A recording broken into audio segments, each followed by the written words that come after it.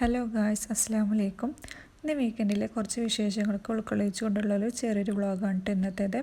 ഇന്ന് വീട്ടിലെ എളിയമാരും മുത്തന്മാരൊക്കെ വന്നിട്ടുണ്ടായിരുന്നു. അപ്പോൾ അവരുടെ മക്കൾ പുറത്ത് പോകുമെന്ന് പറഞ്ഞപ്പോൾ ഞങ്ങളിവിടെ അടുത്ത് തിരുനാവായയിലൊരു പാർക്ക് വന്നിട്ടുണ്ട്. അപ്പോൾ അവിടേക്ക് പോകാമെന്ന് വിചാരിച്ചു. അപ്പോൾ കുറച്ചൊക്കെ ആയിക്കണത് വന്നിട്ട്. ഞാൻ മുന്നേ പോയിട്ടില്ല, ഇവിടെ വീട്ടിലുള്ളവരൊക്കെ മുന്നേ പോയിക്കണം കേട്ടോ. അങ്ങനെ ഞങ്ങൾ ബസ്സിനാണ് പോണത്. അപ്പോൾ ഇതാണ് ഞങ്ങളുടെ നാട്, നടുവട്ടം പാഴൂർ. അങ്ങനെ ബസ് കാര്യങ്ങൾ ചെമ്പിക്കലെത്തിയപ്പോൾ ഇന്ന് ഗേറ്റ് അടവുണ്ട്. അപ്പോൾ അങ്ങനെ ഞങ്ങൾ അവിടെ ഇറങ്ങി തിരൂർ ഭാഗത്തേക്കുള്ള ബസ്സിന് വെയിറ്റ് ചെയ്യാം കേട്ടോ. വെയിറ്റിംഗ് ഷെഡിന് ഓപ്പോസിറ്റ് ആയിട്ടാട്ടോ ഭാരതപ്പുഴ ഉള്ളത്. അങ്ങനെ ഞങ്ങൾ തിരുനാവായ എത്തി, അവിടെ ഇറങ്ങി. ഇവിടുന്ന് ഏകദേശം ഒരു 200 മീറ്ററൊക്കെ നടന്നിട്ടുണ്ടെങ്കിൽ പാർക്കിലെത്തും. കയറി ചെല്ലുമ്പോഴത്തേന് നല്ലൊരു വാളാർട്ടാണ് കാണുന്നത്. ഇവിടെ ഇത് വരച്ച കലാകാരൻ ആരാണെങ്കിലും സംഭവം സൂപ്പറായിരിക്കണം കേട്ടോ. ഭാരതപ്പുഴയോട് ചേർന്നിട്ടാണ് ഈ ഒരു പാർക്ക് സ്ഥിതി ചെയ്യുന്നത്. കുട്ടികൾക്ക് കളിക്കാനുള്ള ഏരിയ, അതേപോലെ തന്നെ turf, badminton court, swimming pool, അതേപോലെ ഓപ്പൺ ജിമ്മൊക്കെ ഉണ്ട് കേട്ടോ ഇവിടെ കുട്ടികളുടെ പാർക്കിൽ അഡൾട്ടിന് ഫ്രീ ആണ്. അതേപോലെ തന്നെ കുട്ടികൾക്ക് 50 രൂപ ഫീസും വരുന്നുണ്ട് കേട്ടോ, എൻട്രി ചാർജായിട്ട്. കയറി ചെല്ലുമ്പോൾ തന്നെ ധാരാളം ഫുഡ് കോർട്ടാണ് കാണുന്നത്. അവിടെ നല്ല റെസ്റ്റോറൻറ്റ്, അതേപോലെ കോഫി ഷോപ്പ്, ടീ ഷോപ്പൊക്കെ ഉണ്ട് കേട്ടോ.